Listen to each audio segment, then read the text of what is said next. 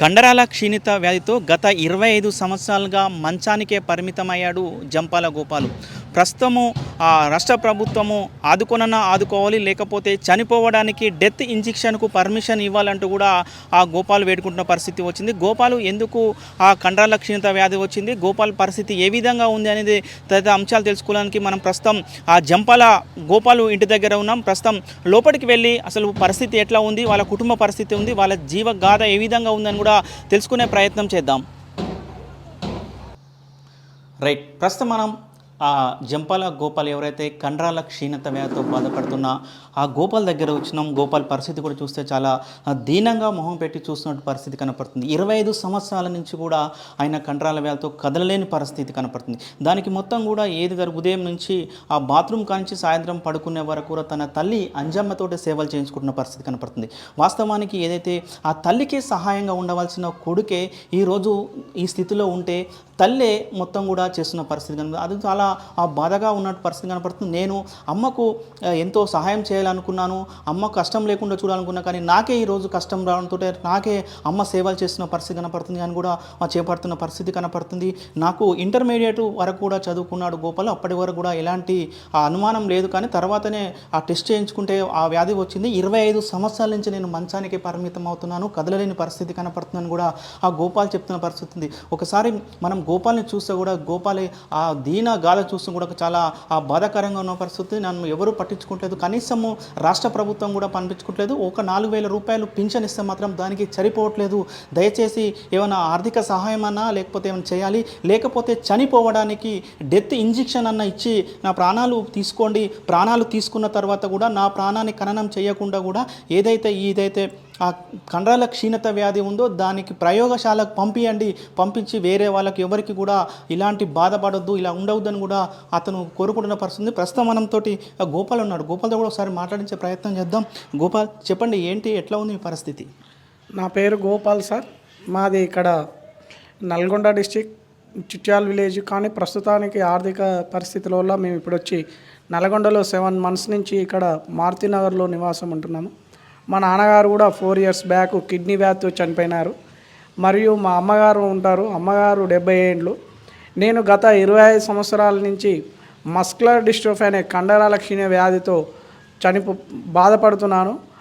మాకు ఎలాంటి స్థిరాస్తులు లేవు, కానీ మా అమ్మగారిని చూస్తుంటే నాకు బాధ అనిపిస్తుంది. 70 సంవత్సరాల వయసులో, నేను 44 ఏండ్ల వయసులో ఉన్నప్పుడు అమ్మతోటి ప్రతిదీ బాత్రూమ్ కానీ స్నానం కానీ ఎనీవన్ ఒక నోటితో మాట తప్ప ప్రతి ఒక్కటి మా అమ్మగారే చేయాలి. నేను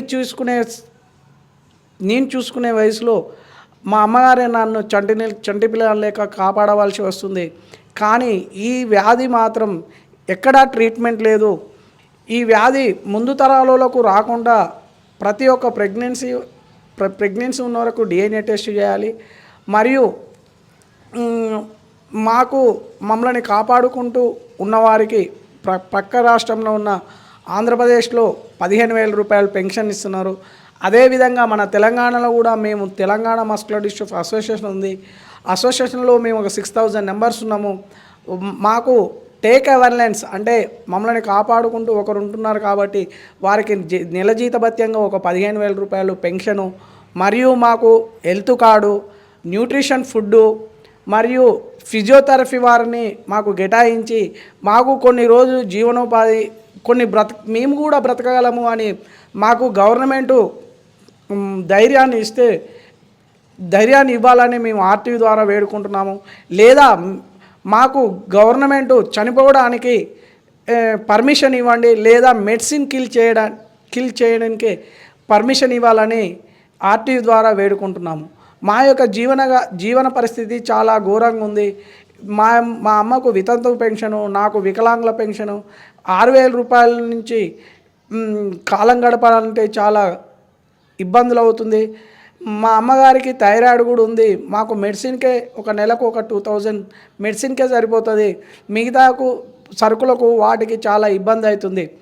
కాబట్టి మాకు మానవత్వం ఉన్న మహానుభావులు కొద్దిగా ఆర్థిక సాయము మరియు గవర్నమెంట్ నుంచి take awareness, health card, nutrition food ఇవ్వాలని వేడుకుంటున్నాం. రైట్ గోపాల్, చెప్పండి, చిన్నప్పుడు నువ్వు చదువుకున్న ఏజ్లో కూడా ఎట్లా ఉండేవాడివి, ఎట్లా అనిపించింది అప్పుడు? నేను చిన్నప్పుడు నా యొక్క స్టడీ మా నేరడ విలేజ్లో ఒకటో తరగతి నుంచి సిక్స్త్ వరకు చదువుకున్నాను. సిక్స్త్లో నాకు అది ఏపీఆర్ఎస్ స్కూల్ సీట్ వచ్చినది. నాది 6th to 10th Nagarjuna Sagar hill కాలనీలో గల స్కూల్లో 6th to 10th జరిగిపోయింది. తర్వాత ఇంటర్మీడియట్ చిట్యాల్లో రవి కాలేజీలో చదివినాను. తర్వాత భువనగిరి ఐటీఐలో వెల్డర్గా ఐటీఐ చేశాను. అప్పుడు ఎట్లా ఉండే గోపాల్, అప్పుడు పరిస్థితి ఎట్లా ఉండే? అప్పుడు మంచిగానే ఉండేదా? అప్పుడు నా యొక్క ఆరోగ్య పరిస్థితి చాలా హెల్తీగా ఉన్నది. ఈ డిసీజ్ నాకు ఏపీఎస్ఆర్టీసీలో అకింపేటలో వెల్డర్ పోస్టింగ్కు నన్ను పిలిచినారు. అప్పుడు రిటర్న్ టెస్ట్లో పాస్ అయిన తర్వాత ఫిజికల్ టెస్ట్ చేసేటప్పుడు నా యొక్క హెల్త్ యొక్క సింటమ్స్ కనబడ్డాయి.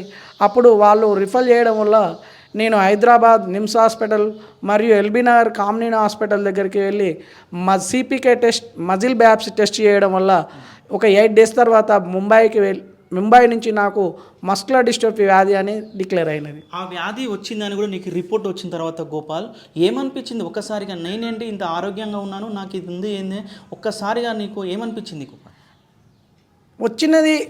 వచ్చినందుకు నాకు కొద్దిగా బాధ ఉంది. కానీ తర్వాత ఆ వ్యాధి గురించి తెలుసుకున్న తర్వాత ఇలాంటి వ్యాధులు లక్షల్లో ఒకరు పుడతారని తెలిసింది. తర్వాత ఇప్పుడు 1000 మందికి ఒకరు అవుతున్నారు, ఇప్పుడు 100 మందికి ఒకరు అవుతున్నారు. కానీ కొంతమందికి 6 monthsలోనే బయటపడుతుంది, కొందరికి 6 years తర్వాత బయటపడుతుంది. నాకు 19 yearsలో బయటపడ్డది, కొందరికి 30 ఏళ్ళలో కూడా బయటపడుతుంది. నేను వేడుకుండడం ఏంది అనగా నాకు వచ్చినందుకు బాధ లేదు, కానీ ఇంత ముందు తరాలకు రాకుండా దీన్ని అడ్డుకట్టేయాలని నా వేడుక. రైట్, ఇప్పుడు హీరోయిన్ సమంత కూడా అప్పుడు కండరాల క్షీణత వ్యాధి కూడా వచ్చింది కదా, సేమ్ అది కూడా మీ దీంట్లోనే వర్తిస్తుందా? హీరోయిన్ సమంతది కూడా మా దాంట్లో 7 typesలో ఒక్కొక్క దాంట్లో 10 groups 20 groups ఉంటాయి. దాంట్లో సమంత గారిది 138 గ్రూపులలో ఒక గ్రూపు. ఆమె డిసీజ్ పేరు మయోసిటిస్. సమంత అది కూడా మా దాంట్లోనే ఒక గ్రూప్. అదేవిధంగా వాజ్పేయి ప్రధాని ఉన్నప్పుడు కేంద్ర సామాజిక సహాయ మంత్రి నెపోలియన్ వాళ్ళ కొడుకుకు తమిళనాడు నెపోలియన్ కొడుకు యొక్క ధనుష్ అనే అబ్బాయిది కూడా ఇలాంటి డిసీజే.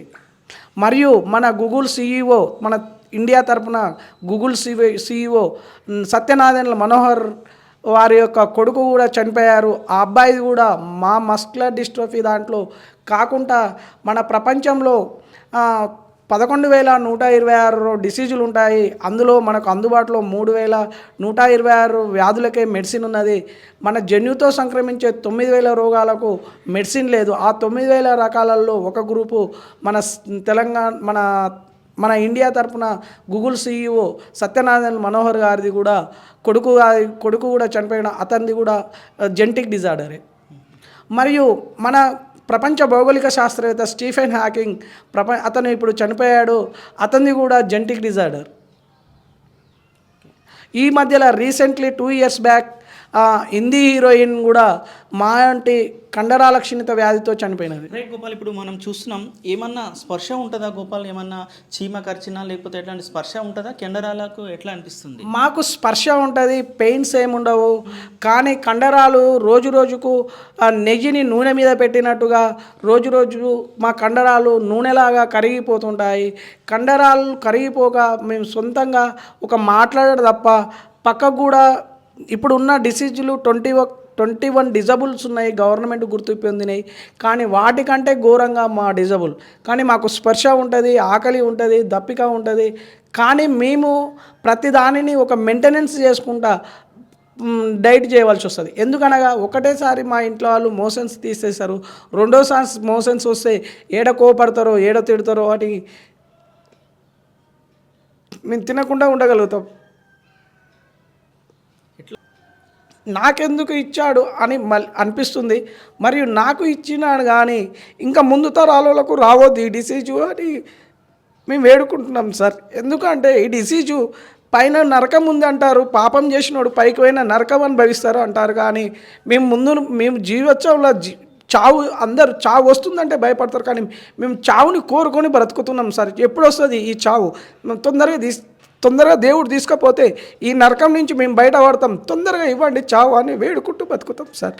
మరియు మాకు డిసీజ్ గురించి ప్రజలలో తెలవక మా యొక్క పక్కవారు సూటిపోటి మాటలు, ఇతనికి ఏదో జరిగింది, ఇతను ఎవరో ఏమో చేసారు, ఎవరో కొట్టారు, ఇతనికి ఇలా భూమి మీద ఎన్నో రోగాలకు మందులు ఉన్నాయి, గీదానికి మందు లేదా అని తెలిసి తెలవక సూటిపోటి మాటలతో నరకం అనుభవిస్తున్నాం సార్. గోపాల్ బాధ చూస్తుంటే చాలా హృదయ విధాకరంగా ఉంది. వాళ్ళ తల్లి ఉన్నది, తల్లితో కూడా ఒకసారి మాట్లాడించే ప్రయత్నం చేద్దాం. అమ్మ చెప్పమ్మా, ఎట్లా ఉదయం నుంచి కొడుకుకు ఎలాంటి సేవలు చేస్తున్నావు? కొడుకు నీకు సేవలు చేయాల్సిన పరిస్థితి, కానీ ఇప్పుడు నువ్వే కొడుకుకు సేవలు చేయాల్సి వస్తుంది. ఎట్లా అనిపిస్తుంది తల్లి? ఏం సార్, నేను 70 ఏళ్ళకు ఉన్న నా కొడుకు 44 ఏళ్ళు ఉండు సారు. నేను ఇప్పుడు 18 ఏళ్ళ నుంచి మంచానికి పరిమితం అయినోనికి బాత్రూమ్ తీసేస్తున్నా, లేటం తీసేస్తున్నా, మూత్రం తీసేస్తున్నా, అన్నం తినిపిస్తున్నా, చాయ్ తాపుతున్నా, స్నానం చేయించుతున్నా, అంత మంచం కానీ అవుతుంది సార్. ఇప్పుడు నేను 70 ఏళ్ళకు ఉన్న కొడుకు 44 ఏళ్ళు ఉన్నాడు. నేను ఇవన్నీ పరిస్థితి చేయలేక నాకు ఇబ్బంది అవుతుంది సార్. నాకు కండు కానొస్తలేవు. నా కొడుకు నేను ఏమైనా ఇంత మంది వేసుకొని చచ్చితే బాగుండని అనిపిస్తుంది సారు. నేను చేయలేకపోతున్నా. నాకు 2000 పింఛని, నా కొడుకు 4000 పింఛన్, 6000 పింఛన్తో నాకు థైరాయిడ్ ఉంది. థైరాయిడ్కు మెడిసిన్కి ఆయనకెళ్ళి ఒక 2000 రూపాయలు మెడిసిన్కే పోతున్నాయి. 4000 రూపాయలతో మేము తిండి గడుపుకోవాలంటే ఎట్లా గడుపుకోం సార్?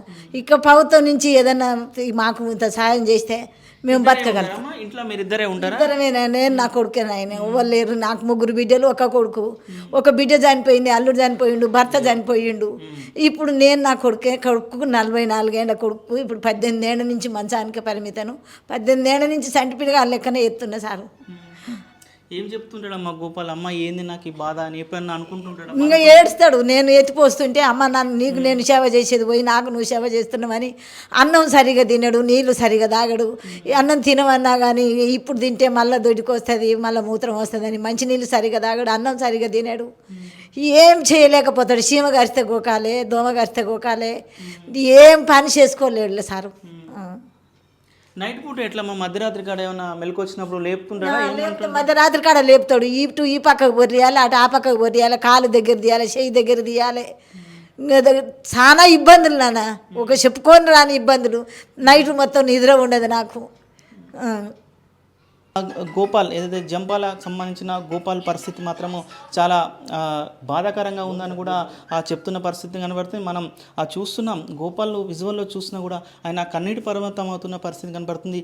ఎందుకు దేవుడు నాకు ఇలాంటి శిక్ష వేశాడు అని ఆ కన్నీటి పర్వతం అవుతున్న పరిస్థితి కనబడుతుంది. ఇప్పటికైనా రాష్ట్ర ప్రభుత్వం స్పందించి మాకేమన్నా సహాయకాలు అందించండి, లేకపోతే చనిపోవడానికి డెత్ ఇంజెక్షన్ కన్నా మంజూరు చేయాలని కూడా ఆ గోపాల్ చెప్తున్న పరిస్థితి కనబడుతుంది. మనం ఇక్కడ చూసిన వాళ్ళ తల్లి కూడా చాలా బాధపడుతుంది. ఏదైతే ఆ కొడుకు నాకు సేవ చేయాల్సింది పోయి నేనే కొడుకు సేవ చేస్తుంటే కూడా కొడుకు చాలా బాధపడుతున్నాడు, ఏడుస్తున్నాడు అని కూడా ఆ తల్లి అంజమ్మ చెప్తున్న పరిస్థితి.